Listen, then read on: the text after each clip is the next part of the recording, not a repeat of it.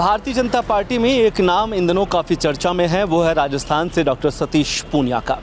सतीश पूनिया वही चेहरा है जिन्होंने आमेर से विधानसभा का चुनाव लड़ा और उस दौरान चुनाव हारने के बाद उन्हें एक बड़ी जिम्मेदारी दी गई। उन्हें हरियाणा का प्रभारी बनाया गया।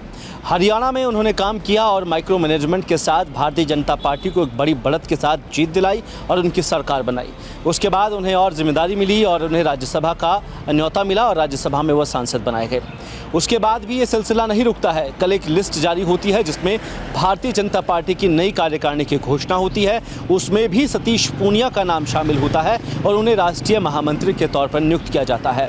आप सोचिए कि सतीश पूनिया के लिए जहां पर डिमोशन का टाइम था वहां उन्हें लगातार प्रमोशन मिला और उनके कामकाज को लेकर पार्टी और आलाकमान इस बात को समझता गया कि कहीं ना कहीं माइक्रो मैनेजमेंट और जाट बाहुल्य क्षेत्रों में उनकी अच्छी पकड़ ही भारतीय जनता पार्टी को आने वाले चुनाव में भी एक बड़ी बढ़त दिला सकती है।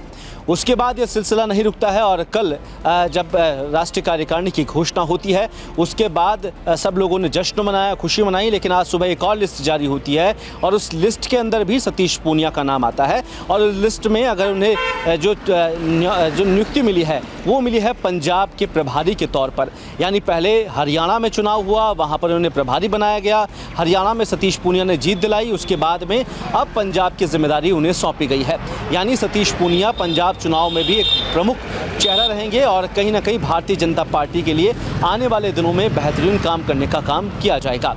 सबसे बड़ी चर्चा ये थी कि सतीश पूनिया के साथ कामकाज में रहे डॉक्टर सतीश पूनिया और उनके साथ राजेंद्र राठौड़ का नाम सबसे ज़्यादा चर्चा में रहा कि राजेंद्र राठौड़ शायद उन्हें पार्टी कहीं ना कहीं एक बड़ा ओहदा दे सकती है, उन्हें जिम्मेदारी सौंप सकती है। लेकिन ऐसा नहीं हुआ और उसके नहीं होने के पीछे की वजह लोग बता रहे हैं कि लोकसभा चुनाव में जिस तरीके की हार उन्हें मिली और उनके क्षेत्रों में जहां जहां उनकी पकड़ थी उन सीटों पर भारतीय जनता पार्टी चुनाव हारी। विधानसभा में भी उन्होंने चुनाव हारा। उसके बाद में जाट बाहुल्य क्षेत्रों में उनकी पकड़ कम हुई। चाहे राहुल कस्बा और डोटासरा की मिली जोड़ी ने वहाँ पर जलवा दिखाया। इस बात को बीजेपी ने भांपा और सतीश पूनिया को एक बड़ी जिम्मेदारी दी। सतीश पूनिया राजस्थान की उन 7 लोकसभा सीटों पर एक अच्छी पकड़ रखते हैं जहां पर जाट बाहुल्य है और जाट बाहुल्य होने के साथ साथ ये भी माना जा रहा है कि सतीश पूनिया आने वाले दिनों में बीजेपी में एक बड़ा चेहरा हो सकते हैं। राजस्थान में 2028 के जब चुनाव होंगे, इस चुनाव के दौरान एक चर्चा ये भी है कि डॉक्टर सतीश पूनिया एक बड़े चेहरे के तौर पर राजस्थान में सक्रिय हो सकते हैं। कुछ ये भी दावा कर रहे हैं कि आने वाले मुख्यमंत्री के चेहरे के तौर पर डॉक्टर सतीश पूनिया का नाम शामिल हो सकता है और राजस्थान में एक बड़ी जिम्मेदारी भी और बड़ी भूमिका में डॉक्टर सतीश पूनिया होने जा सकते हैं।